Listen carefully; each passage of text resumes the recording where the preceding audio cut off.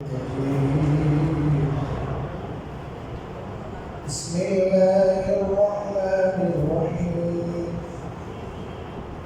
تلك الرسل فضلنا بعضهم على بعض منهم من كلم الله ورفع بعضهم درجات وآتينا عيسى ابن مريم البينات وأيدناه بروح القدس ولو شاء الله ما اقتتل الذين من بعدهم من بعد ما جاءتهم ما اقتتل الذين من بعدهم من بعد ما جاءتهم البينات ولكن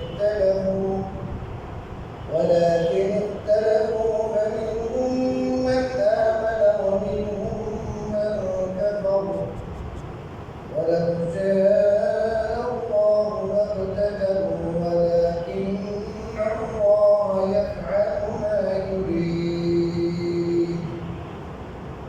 بارك الله لنا ولكم في القرآن العظيم ونفعنا وإياكم بالآيات والذكر الحكيم.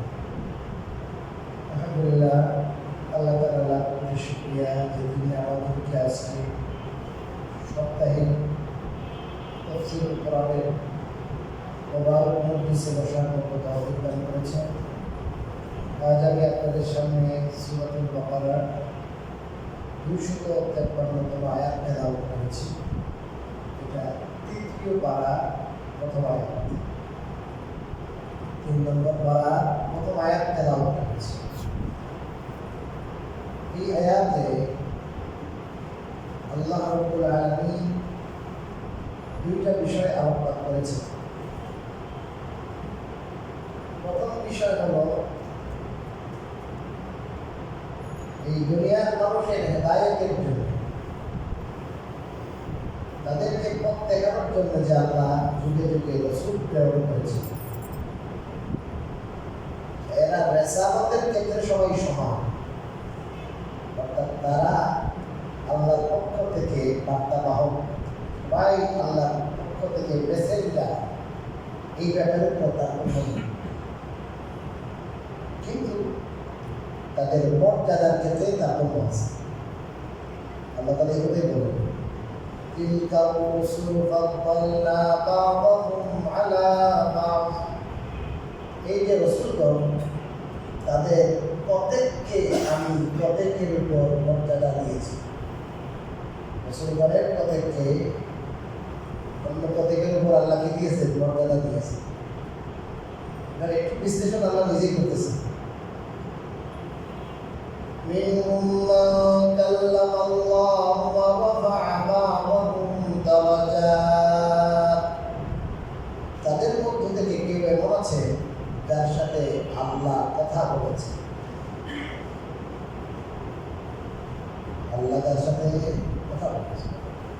যেমন আদম, তিনি আমাদের আদি পিতা, প্রথম নবী, তার সাথে আল্লাহ কি বলেছেন?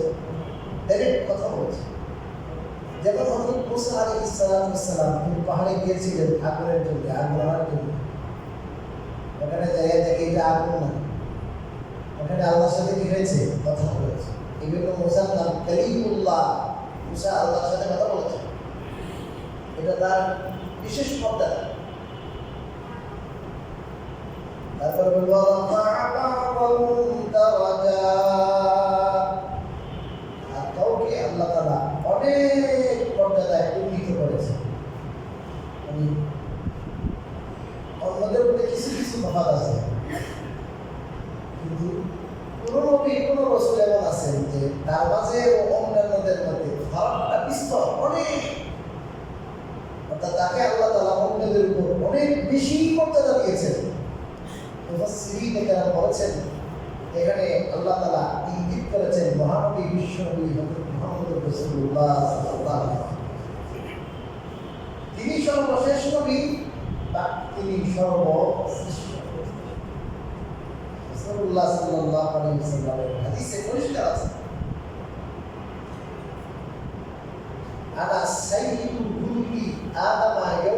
কিয়ামা, কিয়ামতের দিন সমস্ত আদম সন্তানের সরকার হব আমি। এবং তিনি যতক্ষণ পর্যন্ত সুপারিশ করবেন না ততক্ষণ পর্যন্ত আল্লাহ হিসাবে কি করবেন না, শুরু করবেন না। যেখানে আদম আলাইহিস সালামের সুপারিশ করার কথা, বিশেষ মর্যাদায় আশিক হিসাবে হযরত ইব্রাহিম আলাইহিস সালাম যেহেতু খলিল, তারা এখানে হয়ে থাকার কথা ছিল সুপারিশে, তিনি সেই সম্মানজনক সুপারিশের অধিকার রাখেন, তিনিও করবেন না। যারা সবচেয়ে বেশি মর্যাদাশীল, আদম আলাইহিস সালাম সবচেয়ে বেশি মর্যাদাশীল, আদি পিতা, তারপরে হযরত নূহ আলাইহিস সালাম, তারপরে হযরত ইব্রাহিম আলাইহিস সালাম, তারপরে হযরত মূসা, তারপরে হযরত ঈসা। এরা অনেক মর্যাদাশীল, কিন্তু তারা এই সুপারিশ করতে পারবেন না, তারা সবাই বিকট সন্ত্রস্ত থাকবেন। আর আল্লাহ তাআলা শাফাআতি কুবরা, সবচেয়ে বড় শাফাআত, এটা আল্লাহ তাআলা আমাদের নবীর ভাগ্যে রেখেছে। এটা মাকামে মাহমুদ, এটা নামই মাকামে মাহমুদ। এই জায়গাতে অধিষ্ঠিত হবেন, তার প্রশংসা সবাই করবে যে এমন ব্যক্তি যার সুপারিশ আল্লাহ কবুল করে, হিসাব শুরু করেছে। সবাই তা কি করবে? আজকালকে এই সমস্ত নাস্তিক লগা বেঈমান কাফেররা তার তুচ্ছতা করে, এরা ওই দিন তার কি করবে? প্রশংসা। এই জন্য এটার নাম মাকামে। এবং তিনি যতক্ষণ পর্যন্ত বেহেশতে প্রবেশ করছেন না, কারো জন্য বেহেশতে প্রবেশ করার অনুমতি। এবং হাদিস শরীফে আছে, রাসূল করিম সাল্লাল্লাহু আলাইহি ওয়াসাল্লাম বলেছেন, জান্নাতি ব্যক্তিদের কাতার হবে 120। 120 আপনারা চিন্তা করছেন, 120 কাতার মাত্র। এক কাতার যদি এমন হয় এটা বুঝে শেষ করতে পারেন না, তাহলে কি বুঝেন? 120 শুনে আক্ষেপের কারণে মাত্র কি কথা বললেন? 120 এক কাতার দেখছি কত বড়, অনেক বড়। 120 কাতারের মতো লম্বা হাদিস আছে। একবারে কথা বলতেছি, রাসূল করিম সাল্লাল্লাহু আলাইহি ওয়াসাল্লাম বলেন, তোমরা কি 3 ভাগের 1 ভাগ, তোমরা কি 3 ভাগের 1 ভাগ যদি হও, পুরা জান্নাতীদের 3 ভাগে সাহাবায়ে কেরাম তাকবীর দিয়েছেন। জানেন কি বলেন? লক্ষাধিক নবী, এদের উম্মত, আমরা এবারে আসছি শেষ নবীর শেষ উম্মত, যদি 3 ভাগের 1 ভাগ কম নাকি? পরে রাসূল বলেন, কি তোমরা যদি অর্ধেক অতিথি বলে বলতে যাও তাকবীর দিয়েছে, আল্লাহু আকবার। 3 নম্বর কথা বলেন, তোমরা যদি সুলসাই আহলি জান্নাত, জান্নাতীদের 3 ভাগে 2 ভাগ, অর্থাৎ 120 কাতারে 80 কাতার ওই কারা? মুহাম্মদুর রাসূলুল্লাহ সাল্লাল্লাহু আলাইহি ওয়াসাল্লাম। 120 কাতারে 80 কাতার ওই আমরা। এটা রাসূল করিম সাল্লাল্লাহু আলাইহি ওয়াসাল্লামের শরফ, তার মর্যাদা। তবে আমরা সাধারণ মানুষ তো অনেক সময় অনেক হাদিস পড়ে, ওই যে অনেকে বুখারী অনেক কিছু পড়ে বিভ্রান্ত হয়ে যাবে। একটা হাদিসে আছে, এক ইহুদি এক মুসলমানের সাথে দেড় করে হঠাৎ করে বলে উঠল, শপথ ওই আল্লাহ, শপথ ওই আল্লাহ যিনি মুসাকে সমস্ত বিশ্ববাসীর উপর নির্বাচিত করেছেন। ওয়াল্লাযী ইসতাফা মুসা আলাল আলামিন। ওই মুসলমান সাহাবীরই তার অনেক রাগ আসছে, কইল কি এই বিশ্ববাসীর মধ্যে তো আমার নবীও, আমার নবীর উপর ইহার মর্যাদা দিয়েছেন হযরত মুসা। থাপ্পড় লাগাইছে, এই বেটা থাপ্পড় খাইয়া আসছে রাসূলের কাছে এসে বিচার নালিশ কেস দায়ের করছে। আমি কথা বলছি দেখে আপনার এই লোক আমার কি লাগাইছে, থাপ্পড় লাগাইছে, আমার নবীর উপর কি মর্যাদা দিয়েছিলি, নির্বাচন করছিলি, তোমার মুসা লাগে। তখন রাসূলুল্লাহ সাল্লাল্লাহু আলাইহি ওয়াসাল্লাম বললেন ওই সাহাবীকে, এই তোমরা আমাকে অন্যান্য নবীর উপর মর্যাদা দিও। বুঝলেন না? আরেক হাদিসে আছে, লা তুফাজ্জিলুনি আলা ইউনুস বিন মাত্তা। ইউনুস আলাইহিস সালামের কথা আল্লাহ কোরআনে বলেছেন যে তিনি একটা তার বুঝার ভুলের কারণে ইচ্ছাকৃত বলছেন এমন না, তো তিনি শেষ পর্যন্ত মাছের পেটের ভিতরে ঢুকছেন, আল্লাহর কাছে ক্ষমা প্রার্থনা করছেন। এটা ঐচ্ছিক ভুল না, যেটাকে গুনাহ বলা যায়, কিন্তু বড় বড় মানুষ তো বড়, এই জন্য আল্লাহ তাকে ধরছে। এই কারণে কেউ হয়তো বা ইউনুস আলাইহিসসালামকে ছোট ভাবতে পারে। এই জন্য বলছি যে না, তোমরা আমাকে প্রাধান্য দিও না, আমার মর্যাদার কথা বলিও না কার উপরে, ইউনুসের উপরে, যে ইউনুস ছোট আর আমি বড়। এবং এই জায়গায় বললেন যে আমাকে কোনো নবীর উপর কোনো মর্যাদা, এটা কয়েকটা কারণ আছে। একটা কারণ হলো রাসূলুল্লাহ সাল্লাল্লাহু আলাইহি ওয়াসাল্লাম বিনয়ের কারণে তারা বলেছেন যে এটা নিয়ে তর্ক বিতর্ক করা যে আমার নবী বড়, তোমার নবী ছোট, অন্য মানুষের কি হয়, অন্য নবীকে ছোট করা হয়, কথা বলেন না? অন্য নবীকে ছোট করা হয়, ওনারা তো সবাই আল্লাহর নবী, সবাই মর্যাদার অধিকারী। এই জন্য রাসূলুল্লাহ সাল্লাল্লাহু এই সময় একটু বিনয়ের পরিচয় দিতে যায় বলেছে, এটা নিয়ে ধ্যান দরবার করা, কার্যা করা, যাতে করে কোনো আঘাত পায়। আল্লাহ তাআলার মর্যাদা দিয়েছেন ওই নিয়ে কম্পিটিশন করা, অন্যের সাথে ঝগড়া করা কিনা দরকার, বুঝলি কথা? আর অনেকগুলো আশ্চর্য জবাব আছে, একটা জবাব দিলাম। নবীদের অন্তরের অবস্থা এক এক সময় এক এক রকম হয়। কখনো আল্লাহর জালাল গায়েব থাকে, কখনো আল্লাহর জামাল গায়েব থাকে, হালাত ভিন্ন ভিন্ন থাকে।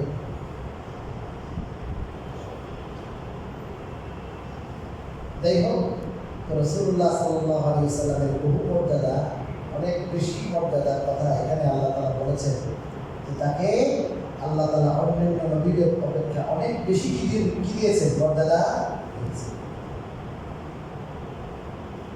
وآتينا عيسى এটা অনেক মর্যাদার মধ্যে একটা বড় মর্যাদা হলো রাসূলুল্লাহ সাল্লাল্লাহু আলাইহি ওয়াসাল্লাম শেষ নবী। মানে শেষ নবী অর্থ কি, যে তার উপরে এসে এই দিন ইসলামটা তৈরি হয়েছে, একবার পূর্ণতা লাভ করেছে, আর এখানে কম বেশি করার কি না। এবং রাসূল করিম সাল্লাল্লাহু আলাইহি ওয়াসাল্লাম বিশ্ববাসীর নবী, আর এই ইসলাম এটা বিশ্বজনীন, এটা বিশ্বজনীন ধর্ম। এবং তিনি বিশ্ববাসীদের জন্য কিয়ামত পর্যন্ত বিশ্ববাসী সকলের সব ভূখণ্ডের জন্য নবী। আর অন্যান্য নবীরা কোনো এক বিশেষ ভূখণ্ডের জন্য বিশেষ সময়ের জন্য প্রেরিত হয়েছিলেন। আমাদের নবী বিশেষ সময়ের নবী না, আমাদের নবী বিশেষ ভূখণ্ডের মানুষের নবী না, আমাদের নবী সব কালের সব ভূখণ্ডের সবার নবী, আগত অনাগত সবার নবী তিনি। এবং তার উপর যে নাযিলকৃত যে কোরআন, সেই কোরআন বিশ্ববাসী সবার জন্য, এটা কোনো বিশেষ কওমের জন্য নয়, তাওরাত বিশ্ববাসীর জন্য নয়, জবুর বিশ্ববাসীর জন্য নয়, ইনজিল বিশ্ববাসীর জন্য নয়, এটা সব ভূখণ্ডের জন্য নয়, সব কালের জন্য নয়। কোরআন ভূখণ্ডের জন্য, সব ভূখণ্ডের জন্য, কোরআন সব কালের জন্য। এটা কোনো আরবির জন্য না, শুধু আরবি অনারবি সব। এটা রাসূলুল্লাহ সাল্লাল্লাহু আলাইহি ওয়াসাল্লামের বিশেষ মর্যাদা। وآتينا عيسى ابن مريم البينات আল্লাহ বলেন আমি ঈসাকে সুস্পষ্ট নিদর্শন করে দিয়েছি। সুস্পষ্ট বাইনাত, সুস্পষ্ট নিদর্শন, এমন দলিল, এমন নিদর্শন যেটার দ্বারা তিনি যে নবী বোঝা যায়, অর্থাৎ মুজিজা। মুজিজাগুলো কি থাকে, সুস্পষ্ট থাকে, বাইনাত সুস্পষ্ট। তো মুজিজাকে সুস্পষ্ট বলা হলো কেন, যে এমন মুজিজা এমন জিনিস, যে জিনিস যখন প্রকাশ পায় তখন বুঝতে আর বাকি থাকে না যে কি। যেমন মুফাসসিরিনে কেরাম লিখেছেন এই জায়গায় বাইনাতের দ্বারা সুস্পষ্ট নিদর্শন, মুজিজার দ্বারা উদ্দেশ্য আল্লাহ রাব্বুল আলামিন তার হাতে এমন জিনিস দিয়েছিলেন, ইনি কুষ্ঠরোগীর হাত, কুষ্ঠরোগীর গায়ে হাত বলে ভালো হয়ে গেছে। গায়ে হাত বলেই ভালো, কোনো মেডিসিনের কি নাই, সময়েরও কি নাই, কথা বলেন, সময়েরও দরকার নাই, মেডিসিনেরও দরকার নাই, সাথে সাথে কি এটা মুজিজা না? এটা কিসের প্রমাণ? যে আল্লাহর পক্ষ থেকে বিশেষ ওহী নিয়ে এসেছেন উনি নবী, উনি রাসূল। আল্লাহ সেই পাওয়ারের কারণেই ভালো হয়ে গেছে। আরেকটা হলো ওই মৃত মানুষ আছে, মৃত মানুষকে চিন্তা করতে পারতেন। একটা পাখি আছে, এই পাখিকে মাটির পাখি, পাখি বানায় ওই ফুদিলে কি ফুদিলে উঠে যাবে। এটা ইসলিও উনি বলেছেন আমার অর্ডারে না, এটা আল্লাহর হুকুমে। আল্লাহ রাব্বুল আলামিন হায়াতের মালিক, মৌতের মালিক। এটার মধ্যে কাউকে আল্লাহ শরীক রাখেন নাই, কিন্তু ঈসা আলাইহিস সালামকে আল্লাহ রাব্বুল আলামিন তিনি যে নবী এটা প্রমাণ করার জন্য তার হাতে আল্লাহ তাআলা সেই ক্ষমতা কুদরত দিয়েছিলেন। আল্লাহ যখন চাইতেন তখন, উনি চাইলে এনি টাইম না, আল্লাহ যখন চাইতেন তখন।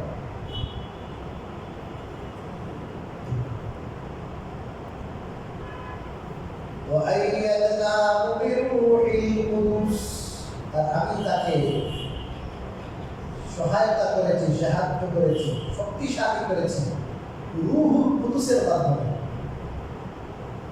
রূহুল কুদুস মানে পবিত্র আত্মা। মুফাসসিরিন কেরাম দেখেছেন এর দ্বারা জিবরাইল আলাইহিস সালামের উদ্দেশ্য।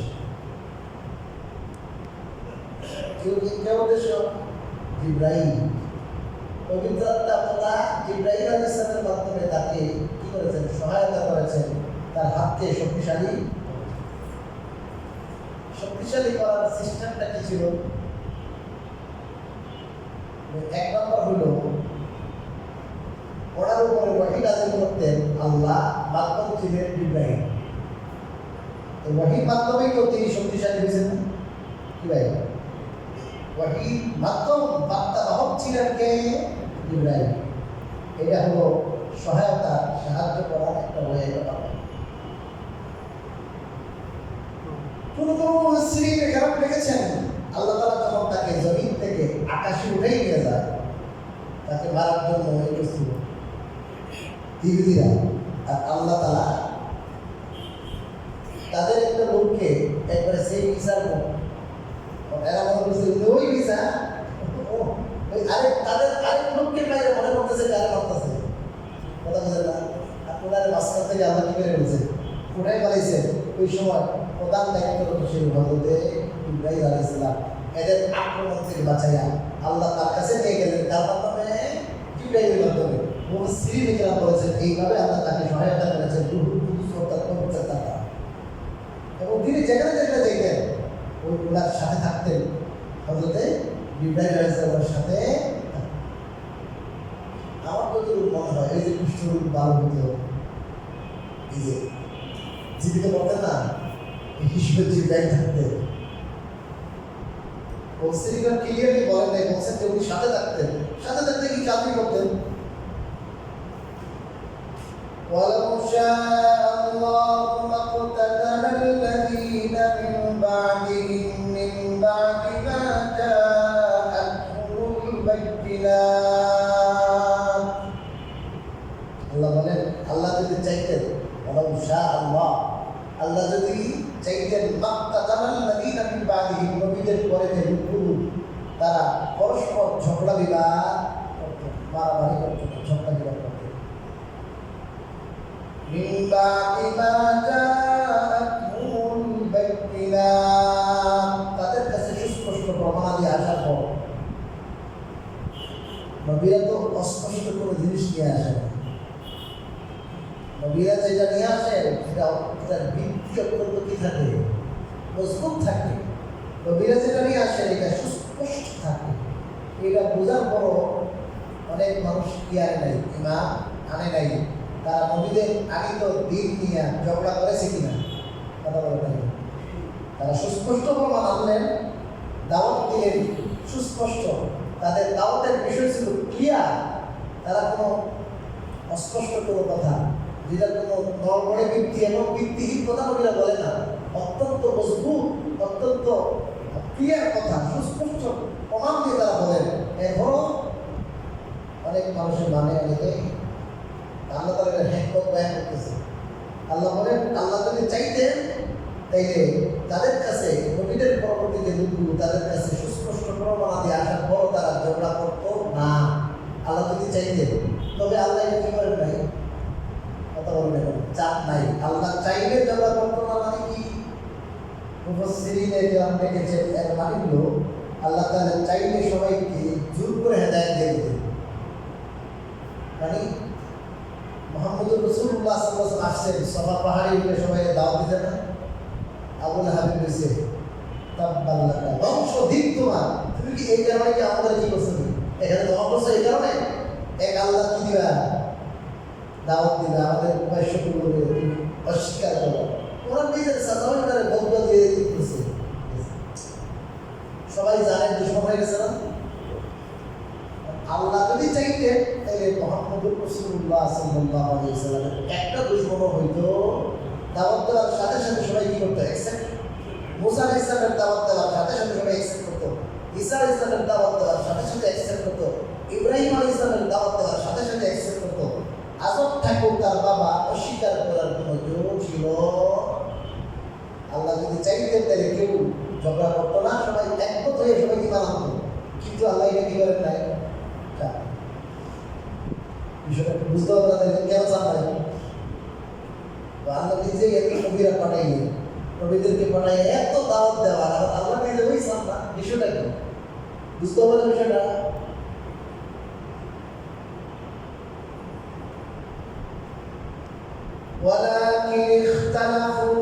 তবে তারা মতভেদ করেছে, মানে আল্লাহ চাইলে সবাই এক হতো, ঝগড়া করতো না, কিন্তু তারা মতভেদ করছে, ঝগড়া করেছে।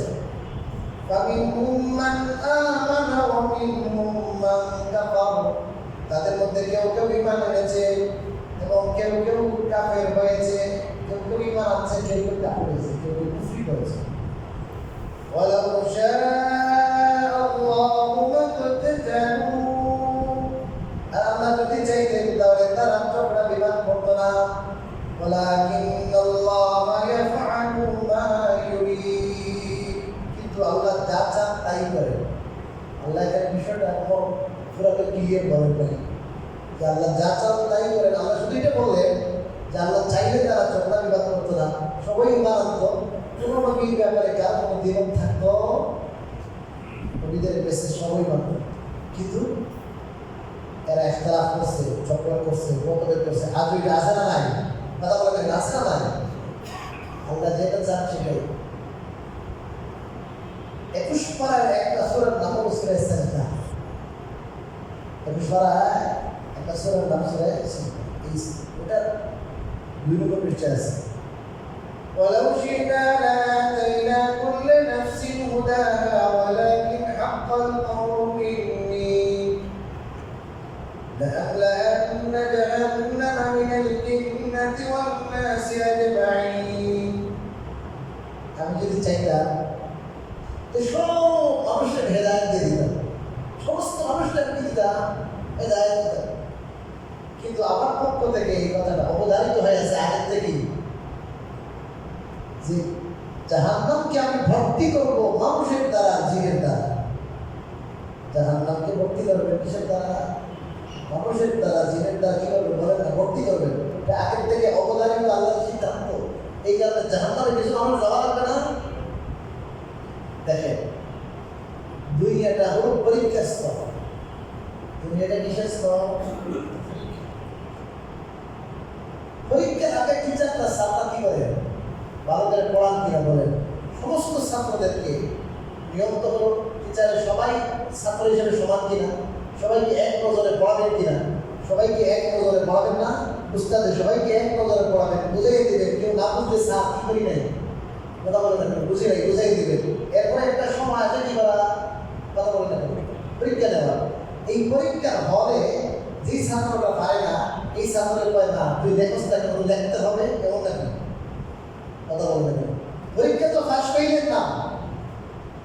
তো আল্লাহ রাব্বুল আলামিন দুনিয়াতে পরীক্ষা নিচ্ছে যে আমি আমার পক্ষ থেকে নবী রাসূলদেরকে পাঠাবো এবং তোমাদেরকে আকল জ্ঞান দিব। মানুষকে দিয়েছেন কি? আকল জ্ঞান। এবং নবীদের কাছে পাঠাইছেন সেই আলো। এটা মানুষের আকলের আলো আর নবীদের সাথে ওই আলো, দুই আলো। ওই আলোকে বোঝার মতো যোগ্যতা, এক্সপেরিয়েন্স মানুষের দেমাগে আল্লাহ কথা বলে দিয়েছেন। এবং নবীরা এসে প্রেজেন্ট করেন, নবীরা এসে সেই তাপটা পৌঁছে দেন। এবং এ নবীদের সেই হক কথা, সহি কথা, বাইনাত সুস্পষ্ট কথা কে মানে? আর কে তার মনের কারণে, নফসের কারণে, শয়তানের দুটায়, দুনিয়ার ধান্দায় কে মানে না? এটা কি চলতেছে? কথা বলবে না কি পরীক্ষা? এবং আল্লাহ ঘাট তৈরি, আপনি মানুষটাকে তুই মানতে চাস না, ঘাট তৈরি তুই নামাজ পড়তে হবে, ঘাট তৈরি তুই বেঈমান কেমন মুসলমান হওয়াই লাগবে। বিষয়টা কি না? যে আল্লাহ বললেন না, আল্লাহ যদি চাইতেন যে সবাইকে কি মানে সব মুসলমান হইতো, কেউ জমা করতো না, এর অর্থ হলো ওরা যে চাইতো না ঠিক, কিন্তু এরা কি করতাম, কথা বলেন, ভিত্ত করতাম। মুসলমান হইতে নবীর তরিকায় চলতে কি করতাম, ভাত্য করতাম। কিন্তু ভাগ্য করা এটা পরীক্ষার নিয়মের খেলা। বলেন ভাগ্য করা কিসের খেলা? পরীক্ষার নিয়মের খেলা না। পরীক্ষার মধ্যে কোনো কি নাই, ভাগ্যবাদ কথা আছে। পরীক্ষার মধ্যে ইচ্ছা নেই, লেখলে লেখো, না লেখলে আন্ডা পাইবে, ডিম পাইবে। কথা বুঝে দেখেন, রেজাল্ট আউট হবে। এখানে ডিভিশন কি হবে, নির্ণয় হবে কিনা? ঠিক ততভাবে তো নিয়ারটি চলতেছে, পরীক্ষা চলতেছে। কাফের এবং মুসলমান, মুসলমানদের মতো পরীক্ষা। সব মুসলমান কি এক ডিভিশন নাকি? বহু ডিভিশন। কেউ তাহাজ্জুদ পড়ে, কেউ ইশরাক পড়ে, তার কবরে পড়ে, আপনার 3টা আগে নিজের রোজা রাখে, সপ্তাহে 2টা রোজা রাখে, আর কেউ শুধু এই 1 বছরে 31টা রোজা, 24টা রোজা রাখে, ঠিক না? আমলের তারতম্য আছে না নাই? আল্লাহ তাআলা নবীদেরকে বানাইছেন, বাস কোরআন হাদিস আমাদের সামনে আসছে, আলো আসছে, দেমাগ আছে, চিন্তা করবো, এবং আল্লাহ যাকে যতটুকু তৌফিক দেন, বুঝদান করেন, সেটা ইচ্ছা থেকে আর কি কাজে লাগে, সে কি করবে, কাজ করবে, আমল করবে। এখানে কি নাই? বাধ্য বলতে না, এখানে ঘাট ধরে কাউকে মুসলমান বানানো না।